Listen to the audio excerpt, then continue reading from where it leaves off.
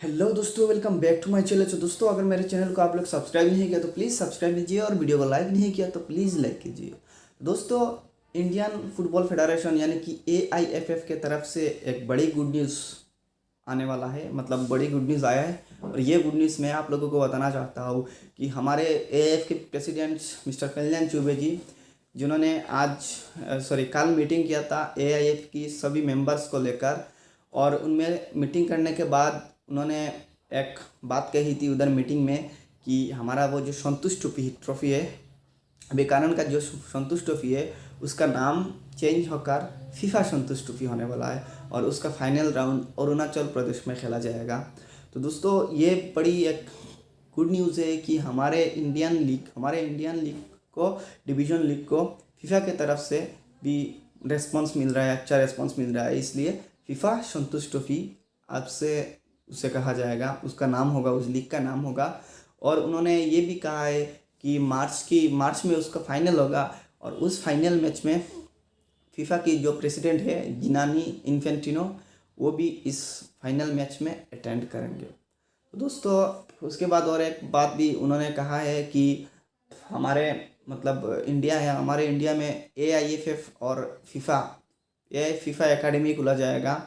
और उन्होंने ये कहा है कि एक एकेडमी में से 25 to 30 प्लेयर्स हर साल बाहर निकालते हैं, मतलब हर साल निकालते हैं अच्छे प्लेयर्स।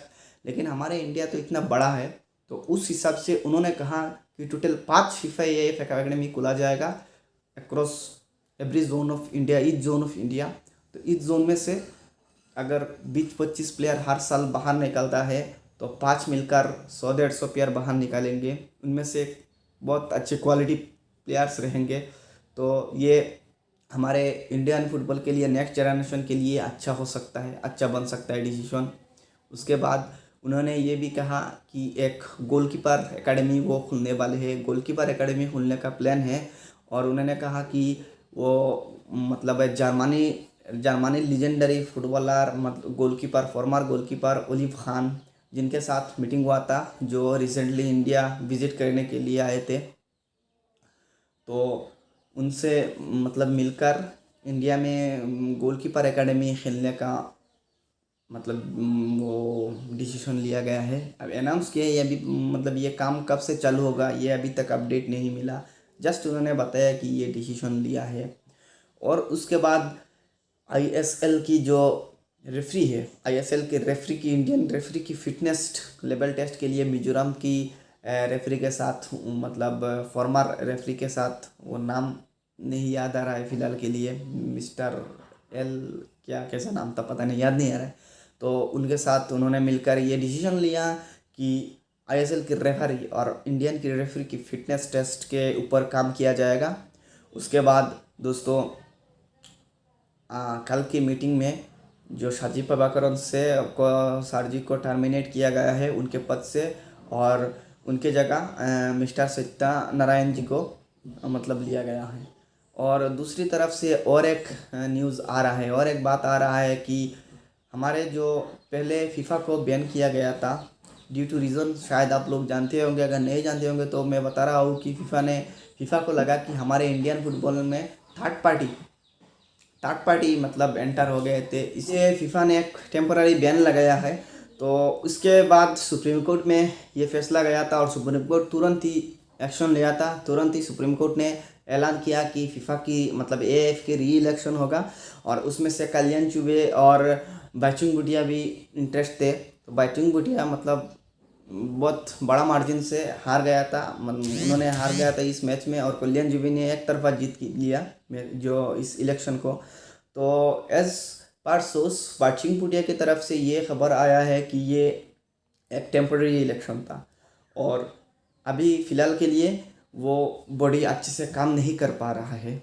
हमारा वो जो AIFF की प्रेजेंट बॉडी है, करंट बॉडी है, प्रेसिडेंट है कल्याण चुबे जी, मतलब उन बॉडी की तरफ से अच्छे काम नहीं हो रहा है। अब ये आप बता सकते हैं कि अच्छे काम नहीं हो रहा है या नहीं हो रहा है, ये आप बता सकते हैं, आप कमेंट में बताना क्या हो रहा है या नहीं हो रहा है।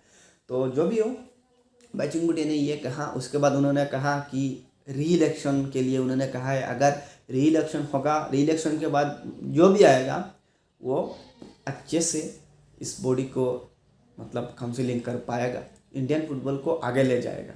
तो उन्होंने ये बात उन्होंने कहा है। और बात इन्होंने कहा है कि डॉक्टर शाजी प्रभाकरन को टर्मिनेट किया गया है।